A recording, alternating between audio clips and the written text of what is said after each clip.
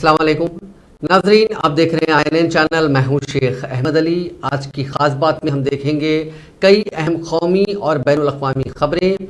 झारखंड में 4 मई को पालामू के पिंकी बाजार में महाशिवरात्रि के लिए नसब गेट को लेकर झगड़ा हुआ।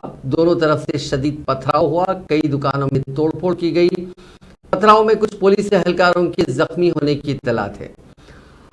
पिंकी में सेक्शन 144 नाफिज कर दिया गया है और इंटरनेट सर्विसेज बंद कर दी गई है। झारखंड हुकूमत के महकमे दाखिला ने टेलीकॉम कंपनियों को 16 फरवरी की शाम 4 बजे तक इंटरनेट सर्विसेज बंद रखने का हुक्म दिया। पिंकी बाजार मुकम्मल तौर पर बंद है। सड़क पर पत्थर बिखरे पड़े हैं। एक तरफ के लोगों का कहना है कि आर्चवे लगाने के बाद दूसरी तरफ के लोगों ने उसे जबरदस्ती निकाल कर फेंक दिया। उसकी मुखालिफत की गई तो पथराव शुरू हो गया। पथराव कितना खौफनाक था इसका अंदाजा सड़क पर पड़े पत्थरों से लगाया जा सकता है। दोनों तरफ से शदीद पथराव हुआ। बताया जा रहा है कि पेट्रोल बमों से भी हमला किया गया। मस्जिद के बाहर दुकानों को आग लगा दी गई। हालांकि पुलिस की जानिब से पेट्रोल बम की तस्दीक नहीं की गई।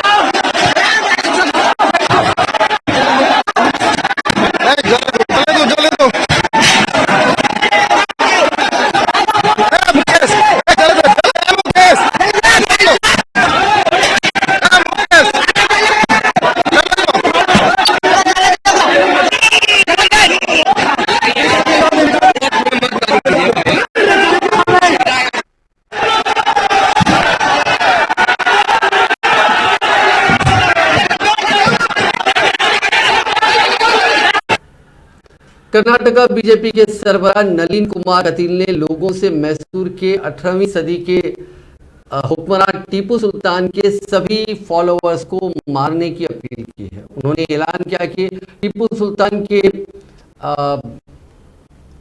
जो लोग मानने वाले हैं उन्हें खदेड़ कर जंगलों में भेज देना चाहिए।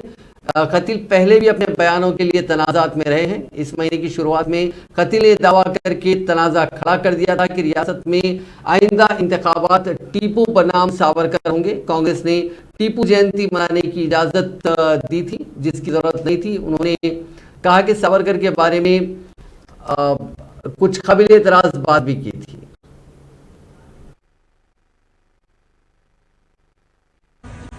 ನಾವು ರಾಮ ಭಕ್ತರು, ಆಂಜನೇಯನ ಭಕ್ತರು, ಆಂಜನೇಯನ ಕಾರ್ಯ ಮಾಡೋರು, ಆಂಜನೇಯನ ಅಭಿವೃದ್ಧಿ ಮಾಡೋರು. ನಾವು ಟಿಪ್ಪು ಸಂತಾನದವರಲ್ಲ, ಟಿಪ್ಪು ಸಂತಾನದ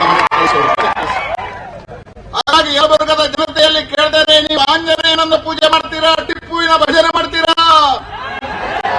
ಆಂಜನೇಯನ ಪೂಜೆ ಮಾಡ್ತೀರಾ, ಟಿಪ್ಪುವಿನ ಭಜನೆ ಮಾಡ್ತೀರಾ? ಹಾಗಾದ್ರೆ ಟಿಪ್ಪು ಭಜನೆಯನ್ನು ಮಾಡುವವರನ್ನ ಕಾಡಿಗೆ ಓಡಿಸ್ತೀರೋ ಇಲ್ಲವೋ? ಸಂಕಲ್ಪವನ್ನ ಮಾಡಿ ರಾಜ್ಯಕ್ಕೆ ಟಿಪ್ಪು ಸಂತಾನ ಬೇಕಾ, ರಾಮ ಭಕ್ತರು ಬೇಕಾ, ಆಂಜನೇಯನ ಭಕ್ತರು ಬೇಕಾ? ಆಂಜನೇಯ ಪುಣ್ಯ ನೆಲದಲ್ಲಿ ನಿಮ್ಮಲ್ಲಿ ಸವಾಲಾಗ್ತೇನೆ. ಈ ನೆಲದಲ್ಲಿ ಟಿಪ್ಪು ಪ್ರೀತಿ ಮಾಡತಕ್ಕಂಥವ್ರು ಉಳಿಬಾರದು, ರಾಮನ ಭಜನೆ ಮಾಡತಕ್ಕಂಥವ್ರು ಹನುಮಂತರ ಆಚರಣೆ ಮಾಡಬೇಕು.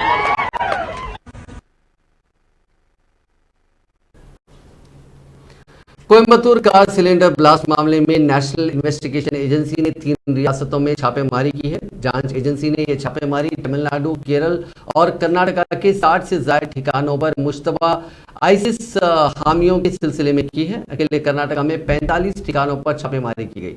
बताया जा रहा है कि NIA को IS से ताल्लुक रखने वाले कुछ लोगों की जानकारी मिली थी। जानकारी के मुताबिक इन लोगों को वीडियो के जरिए फंडामेंटलिस्ट बनाया गया था। बता दें कि कोयम्बतूर कार धमाके के तार आईसिस के कनेक्शन आईसिस से जुड़े थे। जांच के दौरान NIA ने बताया था कि पकड़े गए मुलजिमीन में से 109 अशिया बरामद की गई थी। उनमें इस्लामिक आइडियोलॉजी से जुड़े नोटबुक्स भी शामिल थे। बीबीसी के दिल्ली और मुंबई ऑफिस पर इनकम टैक्स की टीम का सर्वे दूसरे दिन जारी रहा। जारी के मुताबिक आईटी ओहदेदार 2012 से अब तक के अकाउंट्स की डिटेल पता कर रहे हैं। आईटी ओहदेदारों ने फाइनेंस डिपार्टमेंट के स्टाफ के मोबाइल, लैपटॉप, डेस्कटॉप जब्त कर लिए हैं। सर्वे के दौरान आईटी के ओहदेदारों और बीबीसी इंडिया के एडिटर्स के बीच बहस भी हुई। उधर बीबीसी ने अपने स्टाफ को मेल कर ताउन करने को कहा। इसमें कहा गया कि वो हर सवाल का जवाब ईमानदारी से दें। इनकम टैक्स के ओहदेदारों ने बीबीसी पर इंटरनेशनल टैक्स में गड़बड़ी का इल्जाम लगाया है।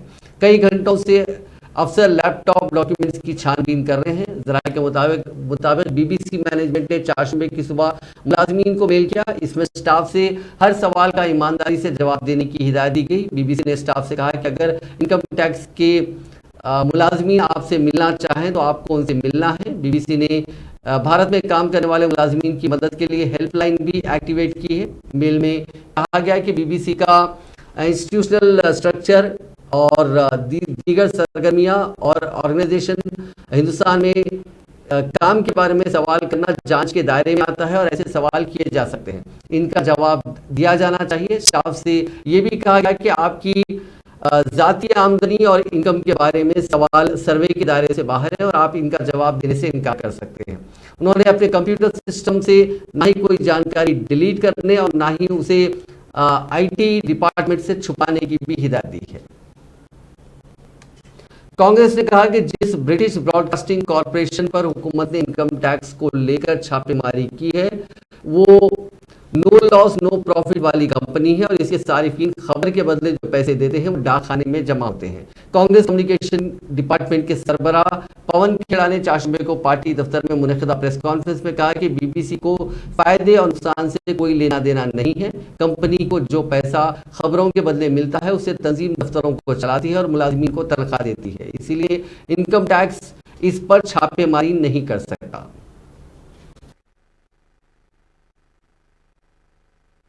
इनको ईडी, सीबीआई, इनकम टैक्स का अब अलग अलग देशों में एक फ्रंटल ऑर्गेनाइजेशन तो इनकी बनी गई है। अलग अलग देशों में इनकी शाखाएं बना देनी चाहिए। जैसे आरएसएस की शाखाएं होती ना, वैसे ईडी की शाखा अमेरिका में, इंग्लैंड में, शायद फिर हिंडलबर्ग जैसे लोगों को भी चुप करा सके। मजाक बना दिया है देश का। He is made a mockery of this country. We are not a banana republic and we'll never be. लेकिन आप जो इस देश में कर रहे हैं, फिलिप कॉटलर अवार्ड न पहले सुना न बाद में सुना, पूरा तंत्र जागृत हो गया। अरे साहब, मोदी जी को जय जयकार हो गई, फिलिप कॉटलर अवार्ड मिल गया। तब विदेशी साजिश नहीं होती।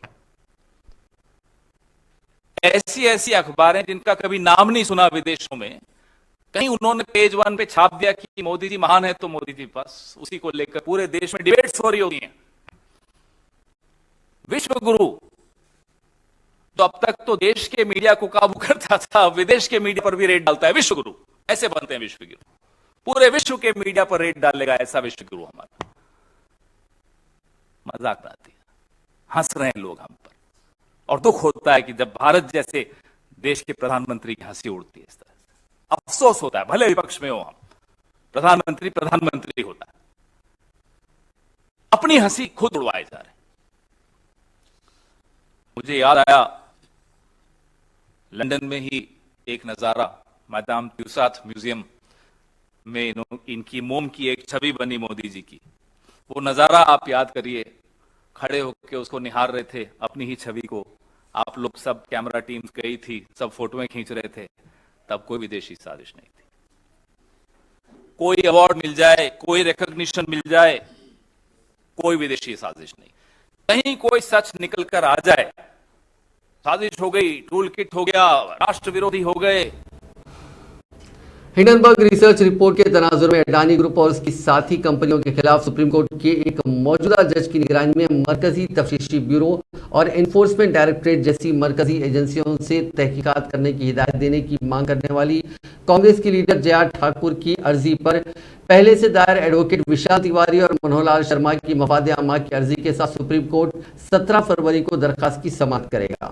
चीफ जस्टिस डीवाई चंद्रचूड़ की सरबराही वाली बेंच ने 4 शुम्बे को डॉक्टर ठाकुर की अर्जी पर समाअत करने पर इत्तेफाक किया। स्पेशल मेंशन के दौरान जया ठाकुर के वकील ने जल्द समाअत की दरखास्त की थी। अमेरिकी तंजीम हिंडनबर्ग की रिपोर्ट का हवाला देते हुए कांग्रेस की मध्य प्रदेश खवातीन यूनिट की जनरल सेक्रेटरी डॉक्टर ठाकुर ने अपनी अर्जी में इल्जाम लगाया कि अडानी ग्रुप और उसकी एसोसिएट कंपनियों पर शेयर मार्केट और मनी लॉन्ड्रिंग के जरिए अवाम की मेहनत से कमाए गए लाखों करोड़ों रुपए धोखाधड़ी का इल्जाम लगाया गया है। उन्होंने अदालत इस्मा पर जोर दिया कि वो पूरे मामले की मरकजी तफ्तीशी एजेंसियों जैसे CBI, ED, DRI, CBDT, EIB, NCBC, RBI, SFIO वगैरह से जांच कराएं। खवातीन कांग्रेस की लीडर की दरखास्त में इल्जाम लगाया गया कि अडानी ग्रुप और उसकी एसोसिएट कंपनियों ने मॉरिशस, मुत्तहदा अरब अमारात, सिंगापुर और कैरिबियन जजायर जैसे टैक्स पनाहगाहों में हवालात के जरिए रकूम की मुंतकिली के लिए मुख्तलिफ ऑफशोर कंपनियां कायम की। इस तरह वो मनी लॉन्ड्रिंग में मुलविस है। अब इस पूरे मामले पर सुप्रीम कोर्ट में सुनवाई 17 फरवरी को होगी। मरकजी कैबिनेट ने 4 शुम्बे को अगले 5 सालों में 2 लाख अनकवर्ड पंचायतों में प्राइमरी एग्रीकल्चरल क्रेडिट सोसाइटी बनाने को मंजूरी दी। इसके अलावा भारत तिब्बत सरहद पुलिस के लिए 7 नए बटालियनों की तश्कील और 800 करोड़ रुपए के फाइनेंशियल एलोकेशन के साथ माली साल 2022-23 से 2025-26 के लिए वाइब्रेंट विलेज प्रोग्राम को भी मंजूरी दी है। मरकजी वजीर अनुराग ठाकुर ने कैबिनेट के फैसलों की जानकारी दी। और माननीय प्रधानमंत्री नरेंद्र मोदी जी के नेतृत्व में लगातार गांव के विकास के लिए कोई ना कोई कदम उठाए गए। इस बार की जो आज निर्णय किया गया है वो वाइब्रेंट विलेज प्रोग्राम।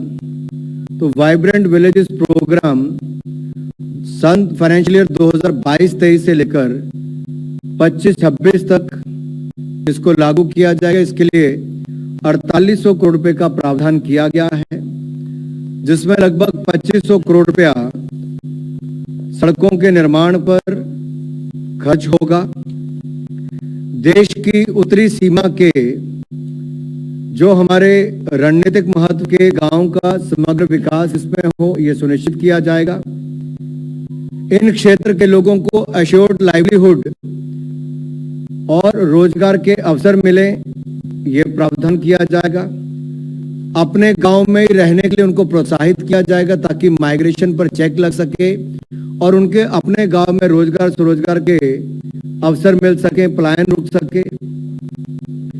इस प्रकार से ये कार्यक्रम जो है वो देश की सामरिक और राष्ट्रीय सुरक्षा के दृष्टिकोण से अत्यंत महत्वपूर्ण भी है।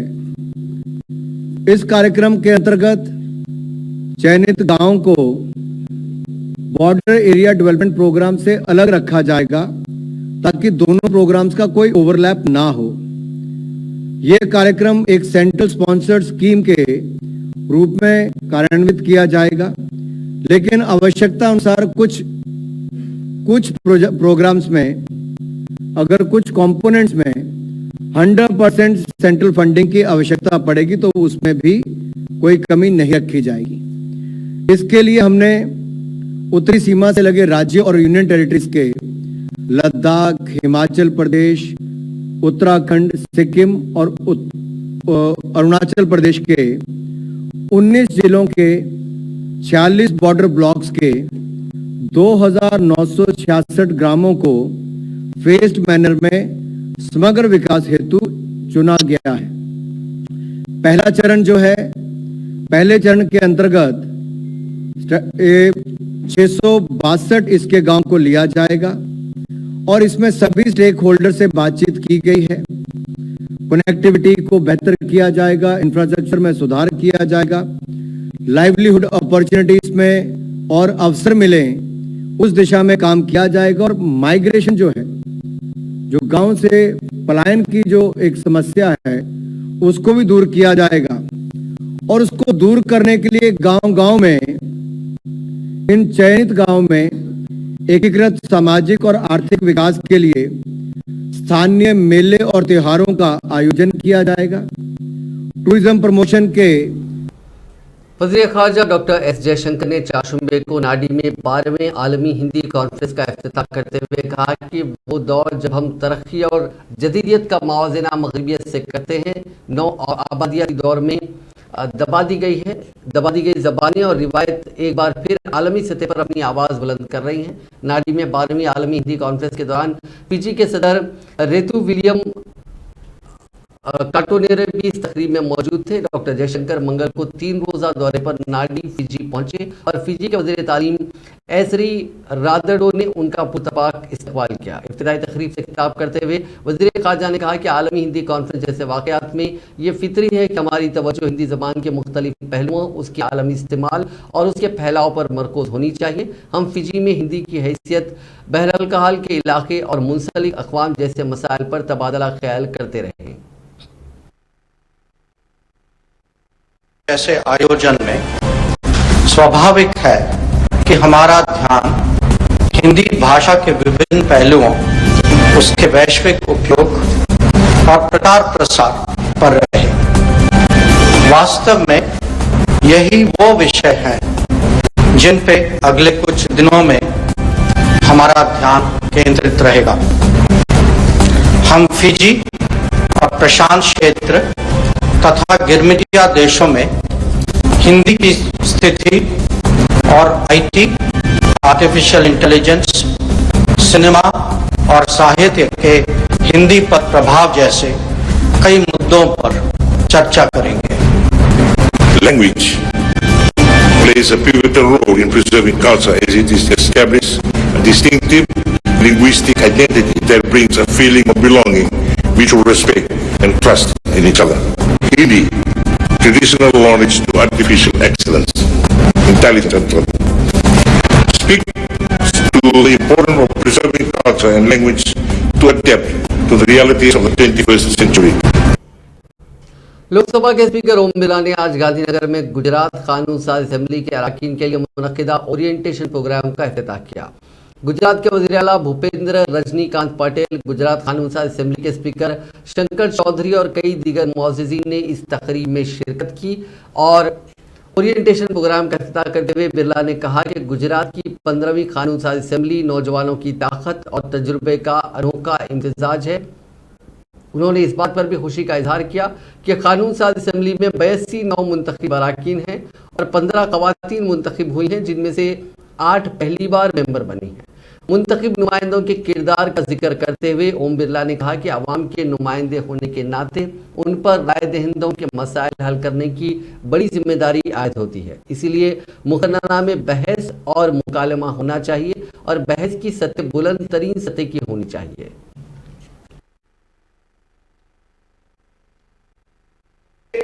इस विधानसभा की बहुत बड़ी जिम्मेदारी बन जाती है। जिस तरीके से गुजरात का गौरव है,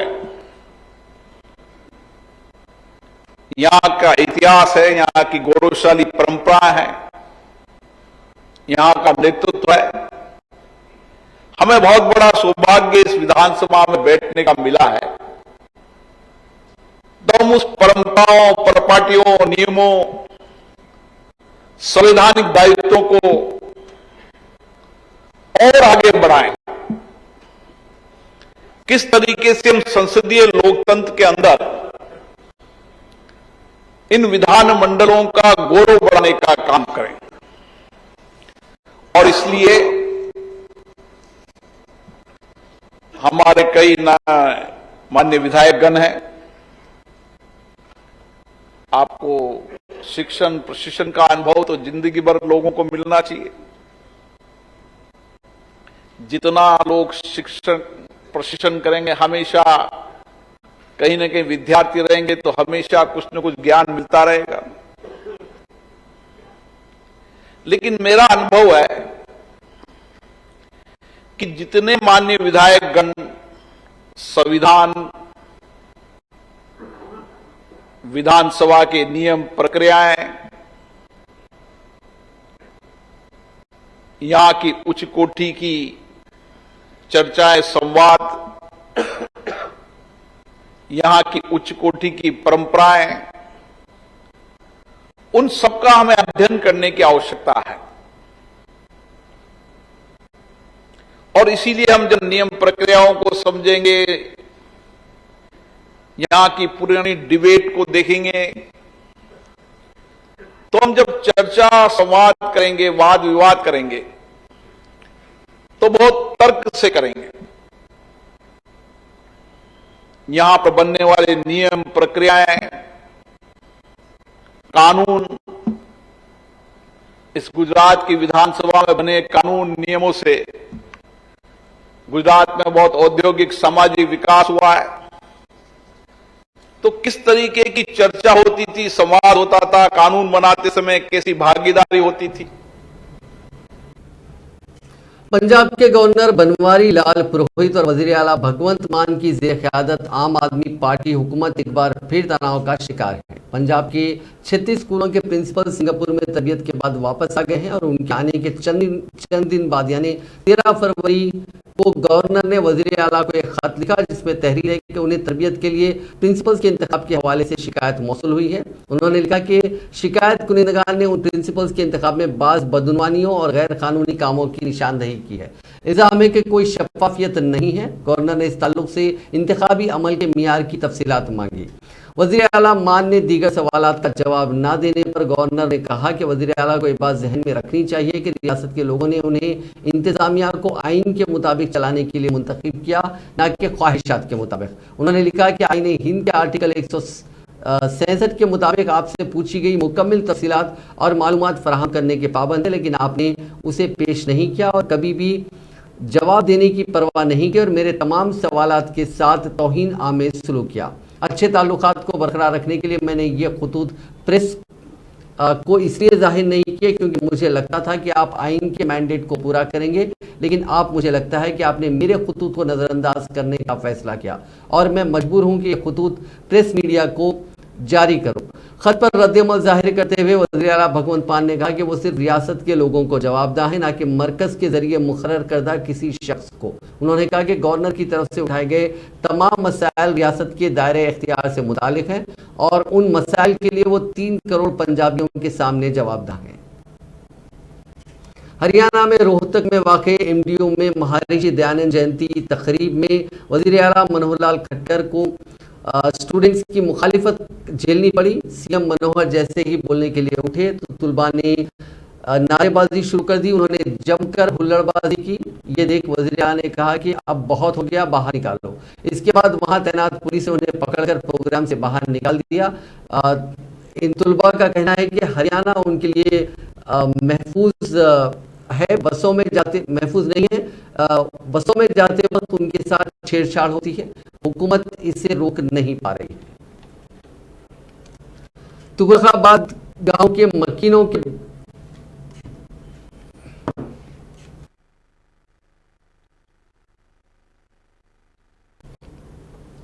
कांग्रेस के साबिक सदर राहुल गांधी और पार्टी की उत्तर प्रदेश की इंचार्ज सेक्रेटरी प्रियंका गांधी वाड्रा ने कानपुर में तजावुजात हटाने के दौरान मां बेटी की खुदकुशी के वाक़े को दिल दहला देने वाला करार देते हुए रियासती हुकूमत की कार्रवाई की सख्त मजम्मत की। दोनों कायदीन ने तजावुजात के खिलाफ रियासती हुकूमत पर बुलडोजर पॉलिसी के तहत अवाम पर जुल्म करने का इल्जाम लगाया और कहा कि यह दिल दहला देने वाला वाक़या है और इसके जिम्मेदार अहलकारों के खिलाफ सख्त कार्रवाई होनी चाहिए। राहुल गांधी ने ट्वीट किया कि जब ताकत का घमंड लोगों के जीने का हक छीन लेता है तो उसे आमरियत कहते हैं। कानपुर के वाक़े से दिल गमगीन है। ये बुलडोजर पॉलिसी इस हुकूमत की बर्बरियत का मुंह बोलता सबूत बन गई है। हिंदुस्तान को यह कबूल नहीं है।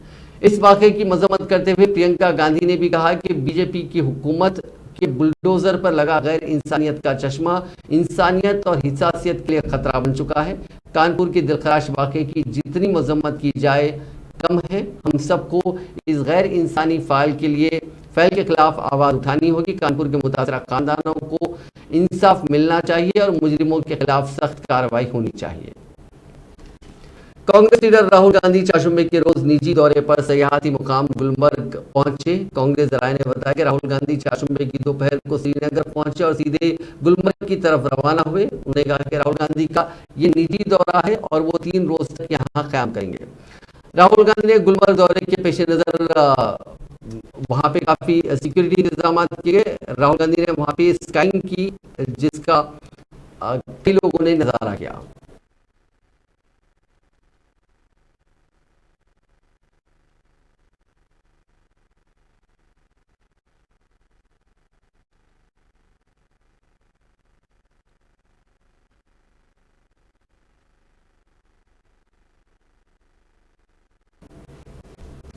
टाटा ग्रुप की एयरलाइन एयर इंडिया ने 470 एयरक्राफ्ट की दुनिया की सबसे बड़ी एविएशन डील साइन की है। इस डील में एयर इंडिया को फ्रांस की कंपनी एयरबस से 250 एयरक्राफ्ट और अमेरिकी कंपनी बोइंग से 220 एयरक्राफ्ट मिलेंगे। इससे पहले दुनिया की सबसे बड़ी एविएशन डील का रिकॉर्ड अमेरिकन एयरलाइंस के नाम था, जिसने 2011 में एयरबस और बोइंग को 460 एयरक्राफ्ट का ऑर्डर दिया था। एयर इंडिया के टोटल ऑर्डर में से 31 एयरक्राफ्ट साल के आखिर तक सर्विस में शामिल हो जाएंगे। बाकी प्लेन्स 2025 मिड तक आ जाएंगे। एयर इंडिया ने ऑर्डर प्राइस का ऐलान नहीं किया है, हालांकि कुछ रिपोर्ट्स में लिस्ट प्राइस पर डील की टोटल वैल्यू $70 बिलियन यानी करीब 5,79,000 करोड़ रुपए बताई जा रही है। इसमें बोइंग के साथ हुई डील की वैल्यू $34 बिलियन यानी करीब 2,81,000 करोड़ रुपए बताई गई है।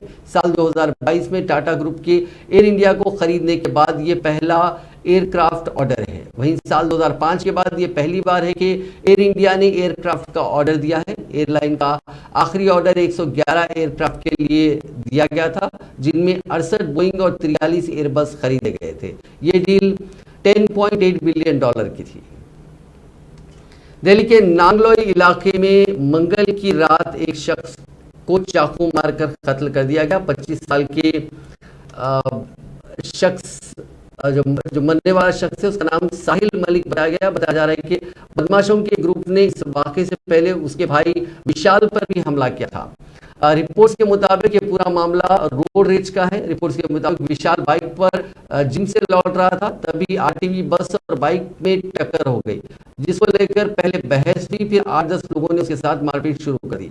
खानदान के मुताबिक वो अपनी बाइक छोड़कर किसी तरह वहां से निकल गया और जख्मी हालत में पुलिस स्टेशन पहुंचा। वहां उसने अपने भाई साहिल को कॉल किया और कहा कि वो मकामे वाक़े से उसकी बाइक ले आए। वहां पहले से ही बदमाश बैठे थे। जब साहिल वहां पहुंचा तो बदमाशों ने उस पर चाकू से हमला कर दिया, जिससे उसकी मौके पर ही मौत हो गई। मामले में 3 लोगों को गिरफ्तार किया गया है। इंटरनेशनल क्रिकेट काउंसिल की गलती से इंडिया टेस्ट में एक बार फिर नंबर 1 बन गया था। दरअसल 4 जुम्मे को आईसीसी ने अपनी वेबसाइट पर इंडिया को टेस्ट में बेस्ट दिखाया था। 6 घंटे बाद आईसीसी ने फिर नई रैंकिंग जारी की। इसमें इंडिया फिर से दूसरे और ऑस्ट्रेलिया नंबर 1 था।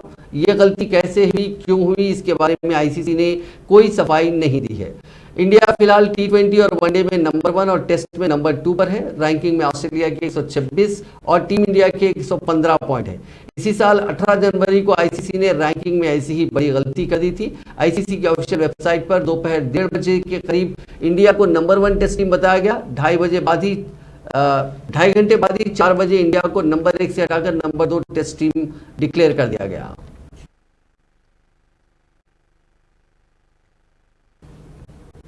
जर्मनी की लुफ्तांजा एयरलाइंस के कंप्यूटर सिस्टम में 4 जुम्मे को तकनीकी खराबी आई। इसके चलते दर्जनों उड़ानें रद्द कर दी गई। कंपनी ने अपने बयान में कहा कि आईटी सिस्टम फेल होने से ये दिक्कत हुई, इसे बहुत जल्द दुरुस्त करने की कोशिश की जा रही है। हम इस मामले की जांच भी कर रहे हैं।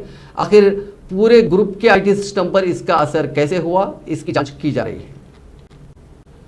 मगरबी एशियाई ममालिक तुर्की और शाम में तबाहकुन ज़लज़ले के बाद अब बर्रे आज़म ऑस्ट्रेलिया के जुनूब में वाक़ न्यूजीलैंड भी ज़लज़ले से लरज़ उठा। न्यूजीलैंड में 4 जुम्मा यानी 15 फरवरी को सपहर 6.1 शिद्दत का ज़लज़ला आया। ज़लज़ले की इतला देने वाली एजेंसी EMSC ने कहा कि ज़लज़ले के झटके न्यूजीलैंड में लोअर हिट से 78 किलोमीटर शुमाल मगरिब में महसूस किए गए। वहां रिक्टर स्केल पर 6.1 शिद्दत का ज़लज़ला रिकॉर्ड किया गया। उधर न्यूजीलैंड में समुद्री तूफान में 4 अफराद हलाक हो गए हैं। न्यूजीलैंड में एक हफ्ते से समुद्री तूफान गैब्रियल का खतरा मंडला रहा था। इस तूफान की वजह से कई शहरों में शदीद बारिश और सैलाब आया हुआ है।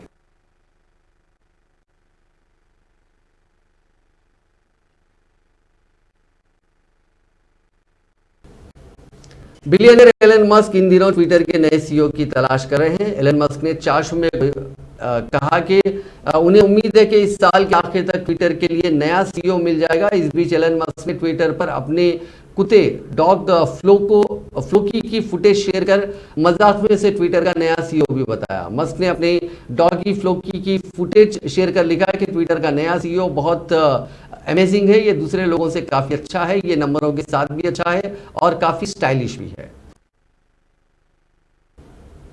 नाज़रीन, आज की खास बात में बस इतना ही। आपसे कल मुलाकात होगी नई खबरों के साथ। आप देखते रहिए INN चैनल।